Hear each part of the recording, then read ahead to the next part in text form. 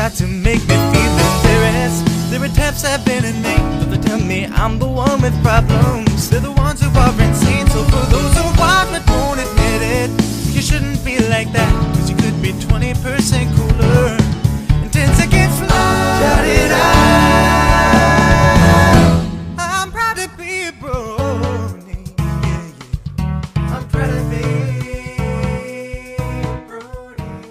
Hello mares and gentle colts, my fellow bronies. Welcome to I'm Brony and I'm Proud. I've got Hayley Bugden with me. Hi. How are you doing? I'm doing all right. Excellent. A topic arose, listeners. When we went off air, she was helping me understand where I stood as a brony. And, I love the show. I've got the merch. Doing a radio show. Hayley says it's cool for me to call myself a brony in that regard, but there are whole other levels to it. Hayley, what are your thoughts on the subject? When does a brony start? When does a brony begin? Then there's an issue, when can a brony go too far? It's all up to personal debate onto where they go too far. You can choose to become a brony if you wish. My ex-boyfriend that I mentioned earlier that actually got me into the show, he doesn't want to be labeled as a brony. He says he's more of a fan, which actually got me into thinking of, especially since I used to do a lot of convention scening, there's a lot of people who show up in costume and there's a lot of people who show up without. And that's sort of where they draw the line. They love the content, they love the characters, they love everything about it. When you want to get physically invested is another question. Where are you a spectator and when are you involved? It's a fair question. And then as you said, when does a brony come too far? That's when we start reaching into what we would think of as a stereotypical deep dank dungeons of the fandom where we're all 35-year-old basement-dwelling nerds with neckbeards and fedoras who watch pony R-rated content all the time, and we imagine doing bestiality content. A lot of people say, whoa, that is way, way, way too far. But when you sort of talk to everyone has their own likes, their own disagreements. I mean, at the end, you can say it goes too far when it becomes illegal, but it's pretty much up to you what you consider too far. People will judge, and they have judged in the past. I mean, people are always going to judge. For me, it's come down to one thing. It's the symbol of innocence. Which reminds me of what I thought I had lost during a dark time. And the truth is, you never lose it. If you're going too far, like the examples you provided, that's no longer innocent. That's perverted. And we don't want to see that in the fandom. We want to keep it clean. Yes and no. Have you heard of something called Smile HD? I have not. It is a MV to Smile, the song from the show. Remixed, of course. It's actually a very good song. And it's pretty much an MA-rated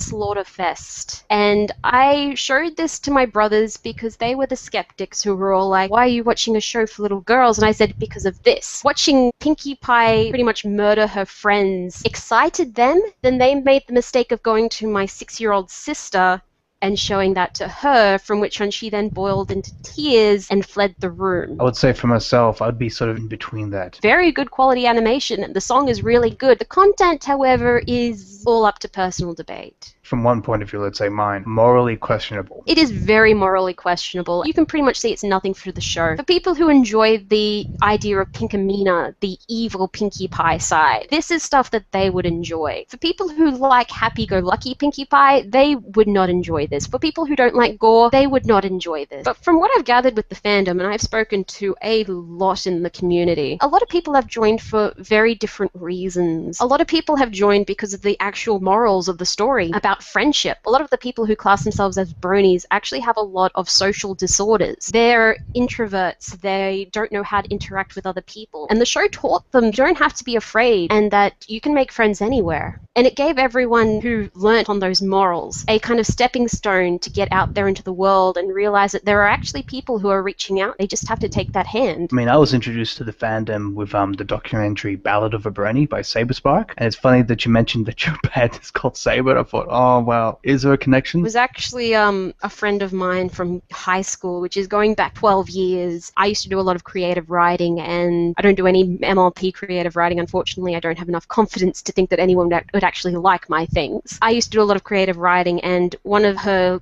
pen names was actually Saber, and I thought that's a really cool name. And sort of as I went on, I realized that Saber is actually a class of fencing, and Saber is a type of weapon, which is like a rapier. So I'm sitting there going, that's a really cool name for a dog. Probably one of my favorite characters from My Little Pony is Princess Cadence. Not because, yes, she was created to sell a new line of toys which are almost identical to the old ones with slight differences and sparkles and shines, purely for the fact of who she was and what she was supposed to represent. She represented love. She was kind and considerate, and yes, she was a pretty pink horse. But also her relationship with Twilight Sparkle and the history that they had, it just reminded me so much of the relationship that I have with my little sisters who love the show as much as I do. I bought them a calendar from Salvage Con and they flipped over the moon. Makes you wonder what Luna would make of that.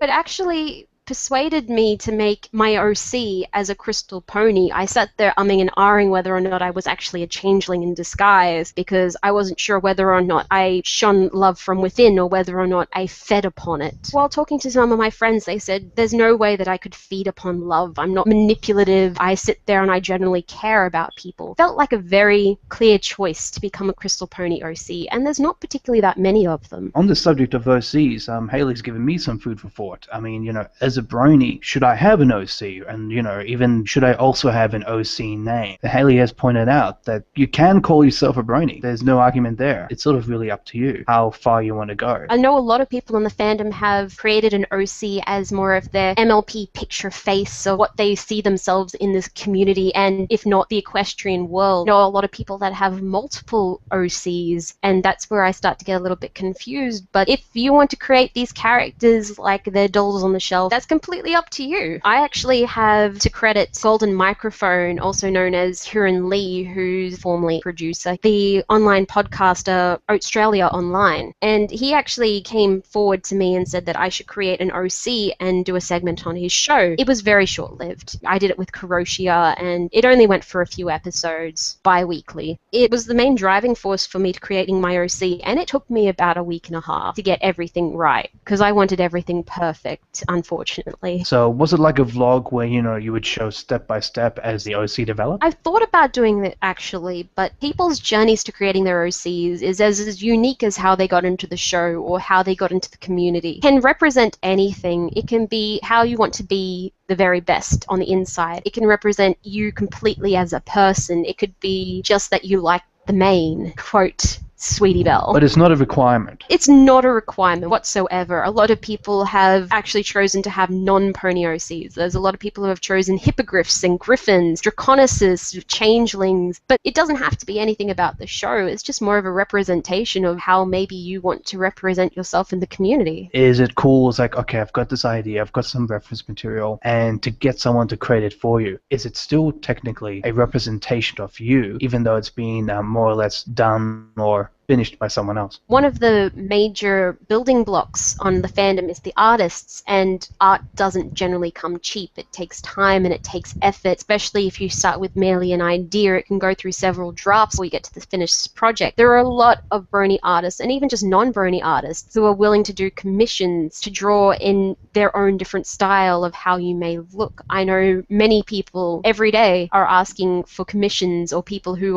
have open commissions just to get some artwork done of their OCs. I'm not an artist myself, and I have to say that Fia Duquez is probably my primary artist. I'm sad that I don't pay her anything. She just draws them up and says, here you go. She redesigned my entire OC. She's redone my cutie mark, and it looks 1,000,000 times better. I think I know who to call, because I definitely like her style. She is also known as Graphite Sketch. She is also the artist working on the Ponyfied trading card operation. I saw the crowdfunding campaign they had for it. I was actually working at the store selling some of the early release cards. I've actually saw them and I got to put together the packs. I've mentioned that I'm working very closely with them. I'm actually in the cards. So needless to say, I'm in for one hell of a treat at PonyCon. Oh, I'm sure it'll be a treat. There are extremely talented and creative people out there in the community, and that's what keeps us alive during the down season like we are right now. We're not getting any new content, but people are creating fan art and their fan stories, animations, music. It keeps us all going, and eventually one day this is going to end, and we all know that, but it's going to draw out for a very long time. A recent example is Stargate. SG-1 went for 10 seasons, Atlantis went for 5, and then there was Universe that went for 2. But since SG-1, and when it ended, it was like heartbreaking. But the conventions have never been more alive, and it's still going for many, many years. People ask, are they going to make any more? Are they going to make any more movies? It doesn't seem the case.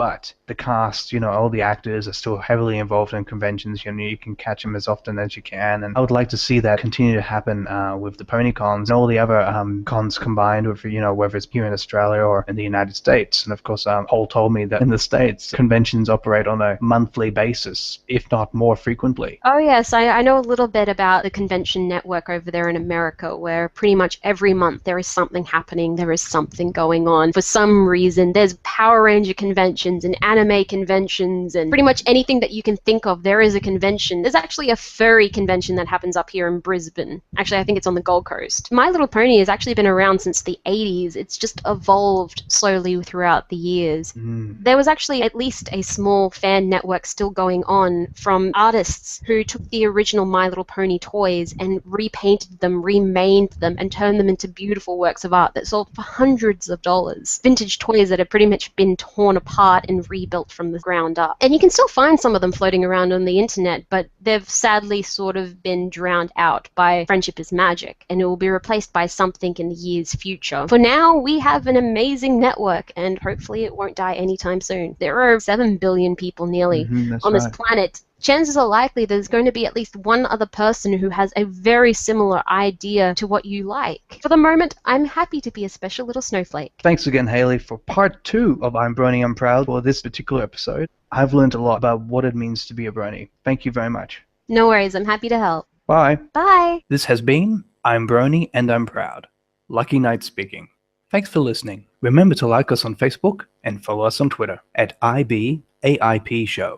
Proud to be a Brony. Intro and outro by Black Griffin. My Little Pony, Friendship is Magic. My little pony. I used to wonder what friendship could be. My little pony.